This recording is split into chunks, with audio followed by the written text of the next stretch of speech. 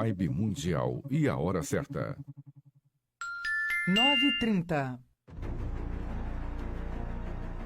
Está no ar, pela Vibe Mundial, programa Sabedoria Oculta, com o professor e autor, Dr. J.A.P. Filho.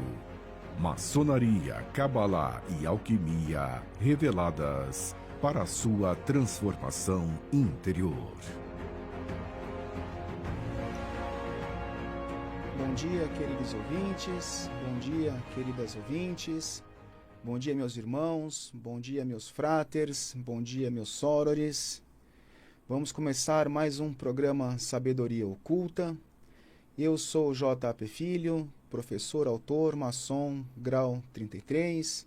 Esse programa é dedicado a revelar os mistérios da tradição esotérica, sempre com respeito e profundidade, para que cada símbolo inspire reflexão e ajude você a despertar a luz que habita dentro de si.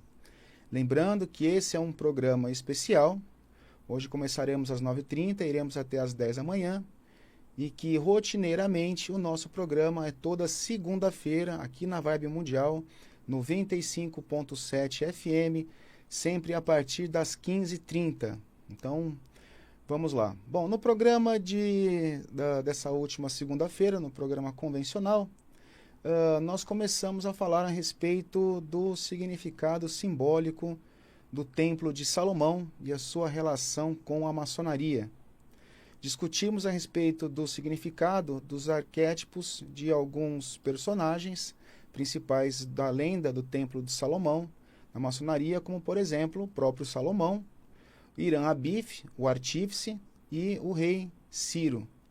No episódio de hoje, vamos conhecer um pouco mais acerca da lenda do sacrifício do artífice Irã Abif e vamos interpretá-la simbolicamente, além do que convencionalmente muitos maçons acabam se contentando. Lembrando que todos os programas, bem como esse, também estarão disponíveis no canal da Vibe Mundial FM no YouTube, 7 dias por semana, 24 horas por dia. Dá uma conferida, curte, comenta, compartilha para ajudar a engajar o vídeo e para que o algoritmo também possa recomendá-lo a mais pessoas. Outro detalhe é que eu acabei de criar um canal no YouTube, então ele está lá novinho, é o Sabedoria Oculta Real. Então dá um pulo no meu canal no YouTube, se inscreve também, curte, comenta, compartilha. E todos os vídeos que são gravados aqui na rádio são depois aí disponibilizados no Sabedoria Oculta Real. Dá um pulo lá e nos ajude também a engajar esse canal aí, que está muito bacana, está sendo feito com muito carinho. Muito bem, então para começar o nosso estudo, eu gostaria de ler a lenda do sacrifício de Irã Abif, cujo é o tema central do grau de mestre maçom. É claro que eu vou pedir aqui a vênia a todos os ouvintes, e por motivos de respeito aos segredos da ordem, eu não vou comentar aqui os sinais, os toques e as palavras específicas do grau, então isso eu removi do relato da lenda, né, porque faz parte do segredo do grau. Tá? Então eu vou fazer a leitura aqui da lenda, vamos prestar bastante atenção, e no final, após a leitura, vamos fazer a interpretação de alguns trechos bastante interessantes dessa lenda.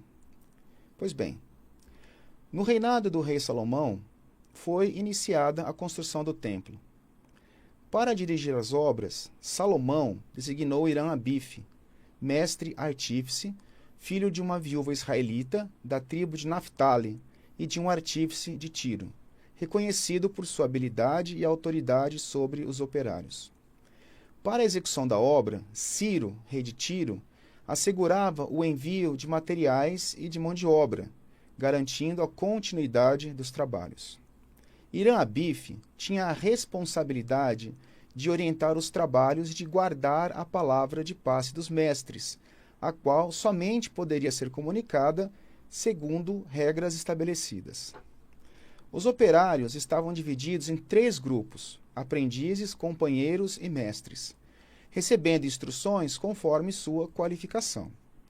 Cada uma dessas classes possuía sinais, toques e palavras específicos para receber os seus salários. Os aprendizes se reuniam na coluna Boaz e os companheiros na coluna Yarim, enquanto os mestres na câmara do meio. Os 3 companheiros, sabendo que Irã costumeiramente orava no templo ao meio-dia, hora que os demais obreiros descansavam, e desejando obter a palavra sem estarem habilitados, resolveram arrancá-la de Irã Abife. Esses companheiros eram Jubelas, Jubelos e Jubelon.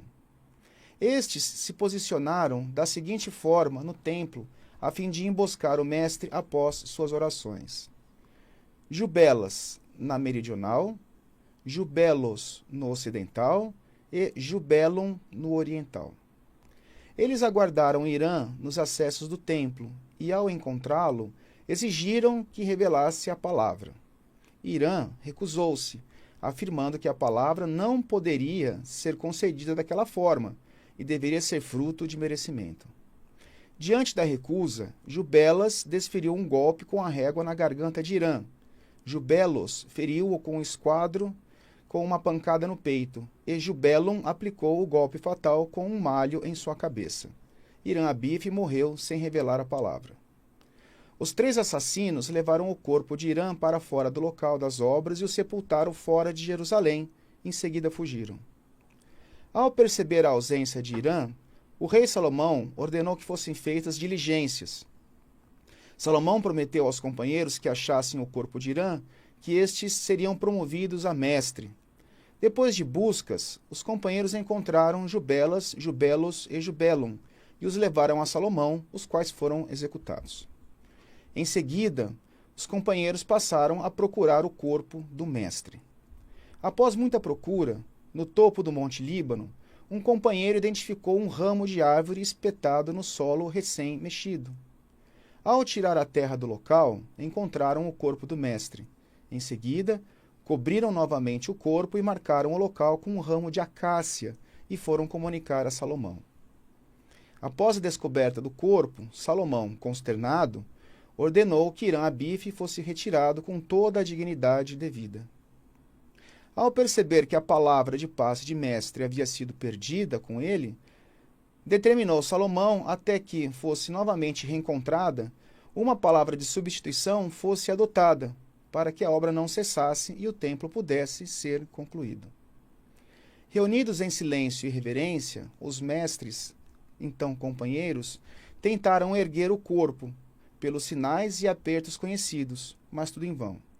A sua carne já se desprendia dos ossos. Somente quando foi aplicado por Salomão a garra do leão, símbolo da força que vence a morte e a fraternidade que sustenta o iniciado, Irã foi erguido de sua sepultura simbólica, não para retornar ao mundo dos vivos, mas para renascer no plano da consciência. Então, pois bem, meus amigos e minhas amigas, esta então é a lenda do sacrifício de Irã Abife, a qual nós iremos então interpretar algumas passagens bastante interessantes. É claro que, apesar de ser uma história relativamente simples, como tudo na maçonaria, ela também é carregada de bastante simbolismo que vamos agora desvendar. Veja bem, conta a história, primeiramente, que Irã orava ao meio-dia no templo, sozinho, antes de ser morto. Esse horário também não é por acaso. Ao meio-dia, o Sol ele está em seu zênite, ou seja, o ponto mais alto e mais elevado, quando não há sombras. Irã está concentrado no ápice de sua consciência desperta. Ao orar sozinho, ele demonstra que a experiência iniciática na oração é algo individual e solitário. O contato com o eterno, com seu eu superior, deve ser feito de forma individual, em estado de meditação. Enquanto os demais obreiros descansavam, ou seja, a massa inconsciente, o iniciado deve sempre vigiar e orar, buscando sempre manter acesa a chama, a centelha divina, no ponto mais elevado da sua consciência. Já os nomes Jubelas, Jubelos e Jubelon não possuem uma correspondência no hebraico bíblico e nem no latim, mas podem ser nomes iniciáticos, ou seja, que devem ser decifrados.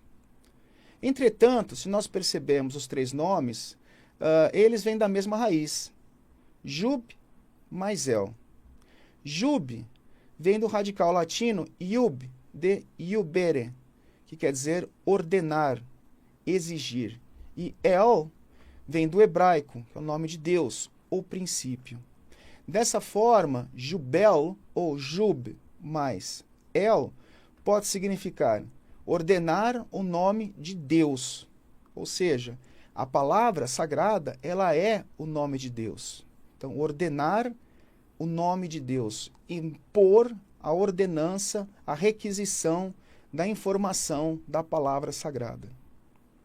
Todavia, quando nós analisamos o as e o os de Jubelum, Jubelas e Jubelos, essas partes elas não encontram um significado, a gente não encontra um significado semântico, nem no latim e nem no hebraico. Então, não permitindo dessa forma, a gente não consegue ter uma tradução literal, né?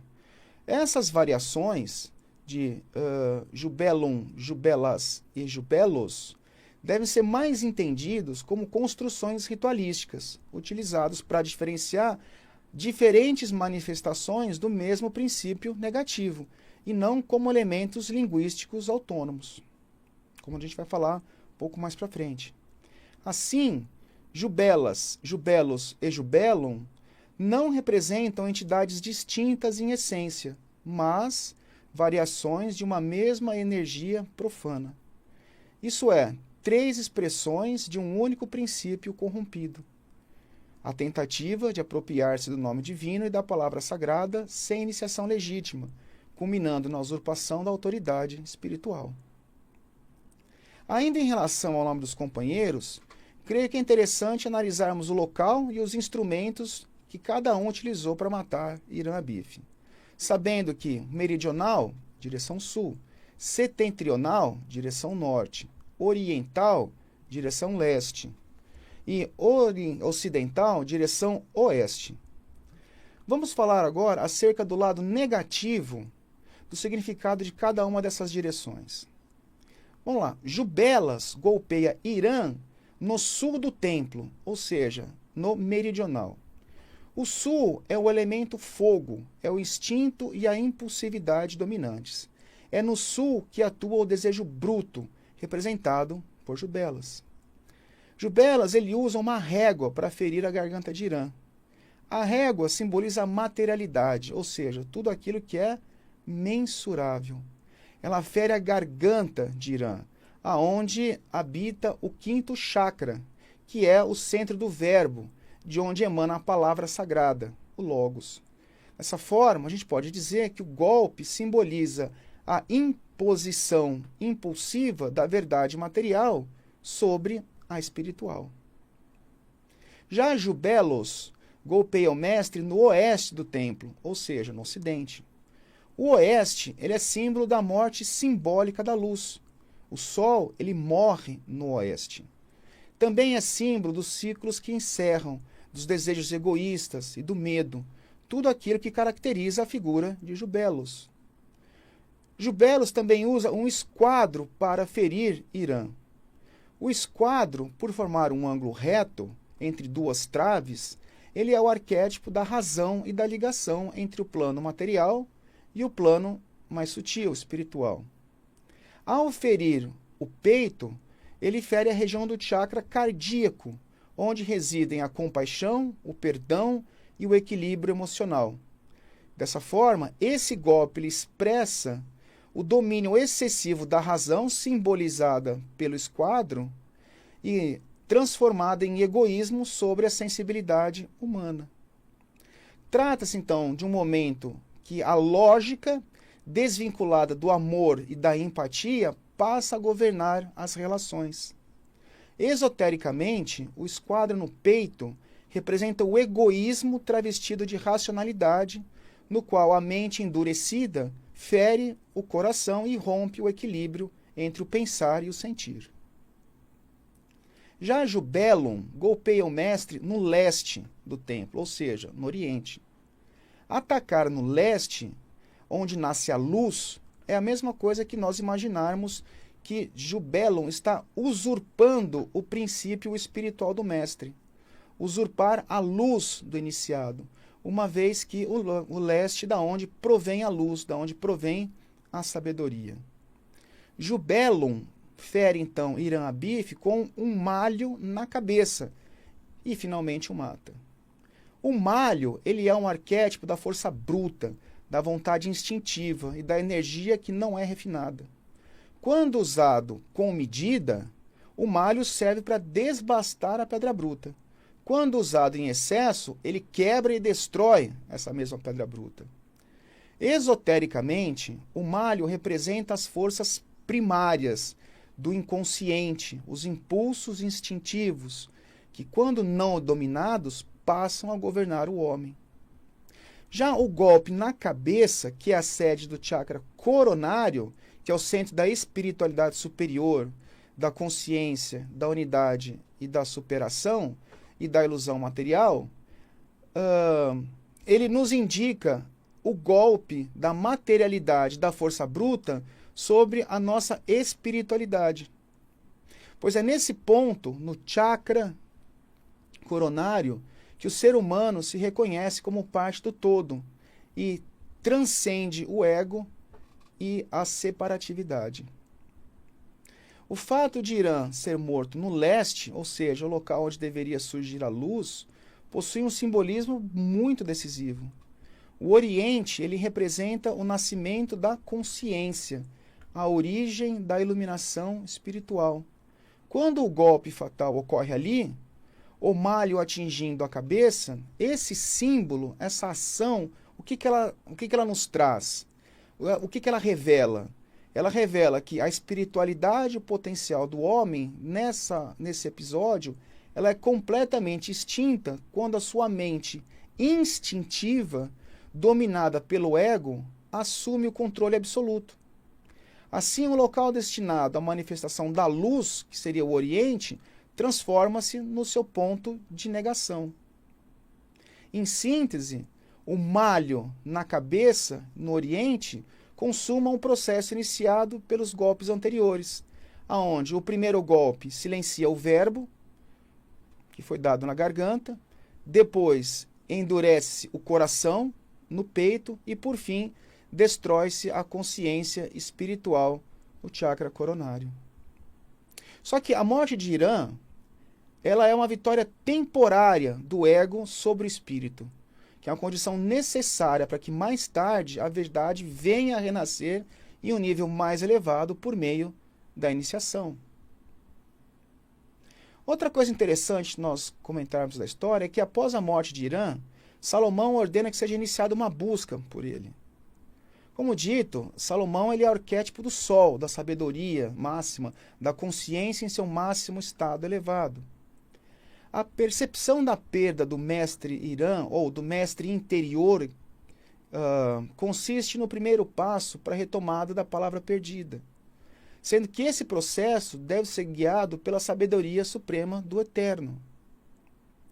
As diligências formadas pelos companheiros consistem justamente nos movimentos conscientes de busca interior que devemos passar para retomar a palavra perdida, ou seja, aquela centelha que nos liga diretamente com Deus ou o Eterno. Já o ramo de acácia, que foi utilizado para marcar o local da sepultura de Irã Abif, nos traz a ideia de imortalidade da nossa essência. Uma vez que a acácia ela é símbolo da incorruptibilidade e da imortalidade da alma. Ao marcar dessa forma o local com esse ramo, o mito afirma que a essência espiritual não morre, ela apenas se oculta. A palavra sagrada foi perdida com Irã, porque não pode substituir enquanto a consciência não estiver plenamente restaurada e purificada. O verbo não se manifesta em um estado interior fragmentado. Ele exige integração, silêncio e domínio do ego. Diante dessa perda, a palavra de substituição passa a representar o ensino simbólico, os ritos iniciáticos e também a tradição que preserva e transmite a verdade de forma velada, sustentando o caminho do iniciado enquanto a realização plena ainda é possível. Por fim, a garra do leão, que foi utilizada para levantar o corpo de Irã Abif, é o arquétipo da ressurreição iniciática. É o símbolo máximo da força solar, da coragem espiritual e da fraternidade iniciática. O leão representa o domínio do medo, a morte do ego. Quando Irã é perseguido por essa força, ele não retorna à vida material, mas renasce em um plano superior de consciência.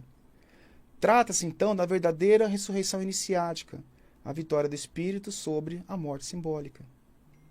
Dessa forma, concluindo, a morte do mestre não apresenta o fracasso da luz, mas o retrato da condição humana, quando o ego, os instintos e a razão dissociada do amor assumem o controle da consciência. Irã é silenciado na garganta, ferido no coração e abatido na cabeça, porque o processo de queda do homem ocorre exatamente nesses 3 níveis. O verbo é calado, a compaixão é sufocada e a espiritualidade é obscurecida. Assim, a palavra sagrada não se perde porque foi destruída, mas porque o homem já não está mais preparado para sustentá-la. A busca ordenada por Salomão revela que a retomada da palavra exige consciência, disciplina e elevação interior. Todavia, antes de reencontrar o mestre, é necessário reconhecer e vencer as forças profanas que o assassinaram dentro de nós, no caso, os companheiros. A acácia, por si, ela marca o local da verdade oculta e nos recorda que a essência espiritual é imortal.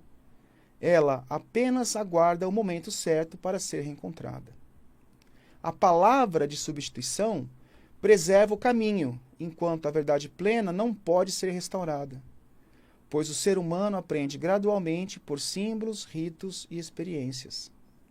E quando chega o momento adequado, a garra do leão de Salomão, força solar, fraterna e iniciática, erguerá o iniciado da sepultura simbólica, não para o mundo material, mas sim para um novo estado de consciência. Assim, a lenda de Irã, ela não fala de morte, mas de transformação. Não trata de perda definitiva, mas de ocultação e reencontro. Ela nos recorda que a verdade jamais abandona o homem. É o homem que precisa se tornar digno de reencontrá-la dentro de si. Pois bem, meus amigos, essa então foi a interpretação da lenda de Irã Abif e do seu sacrifício. Percebam que nós temos um tempo bastante exíguo, né? E pudemos aí interpretar uma série de ensinamentos ocultos entre linhas de uma lenda que em princípio pareceria, né, tão simples de ser lida. Percebam como a maçonaria é rica, cheia de significados, e como esses significados, quando são descobertos por meio das chaves adequadas, como eles nos conduzem a uma meditação que nos leva aí à evolução espiritual. Tamanha riqueza da ordem, tamanha riqueza espiritual, filosófica e esotérica da maçonaria como um todo. Antes de nós terminarmos, temos aqui cerca de 2 minutinhos, um pouquinho menos. Gostaria aí de, novamente, fazer a divulgação do meu livro, o Aleph, Ensinamentos Ocultos e Cabalísticos de Jesus. Esse livro vem me trazendo muita alegria. Ele está entre os 20 mais vendidos na Amazon, dentro da sua categoria. E dá um pulo lá na Amazon, ele está na Amazon, também está na Livraria Martins Fontes. É um livro onde eu faço uma reinterpretação dos evangelhos canônicos de Mateus, Marcos, Lucas e João, utilizando chaves cabalísticas, numerológicas, astrológicas. E vocês vão ver que a partir do momento que a gente utiliza essas chaves, o potencial da mensagem de Jesus, ela praticamente explode. Então, ao invés de uma leitura denotativa, burocrática, maçante, quando a gente percebe as nuances entre linhas, entre aquilo que não é dito de maneira direta nas palavras do mestre, como a sabedoria ela explode e como ela é carregada de ensinamentos espirituais ainda mais profundos. Por fim, gostaria então de divulgar o meu canal, o Sabedoria Oculta Real. Dê um pulo lá, curte, comenta, compartilha e nos ajude aí a divulgar o nosso canal que está recém-nascido e começou ontem. Muito obrigado a todos pela sua companhia. Esse foi o Sabedoria Oculta. Nos encontramos novamente na próxima segunda-feira, às 15h30, aqui na 95.7 FM. Meus contatos, WhatsApp 97257-8007 e o meu Instagram, J. Alexandre Filho. Muito obrigado, meus irmãos, minhas irmãs, meus fratres, minhas sorores, e que a luz da sabedoria ilumine o seu caminho e que Deus abençoe esse final de semana de cada um de vocês. Fiquem com Deus e muito obrigado.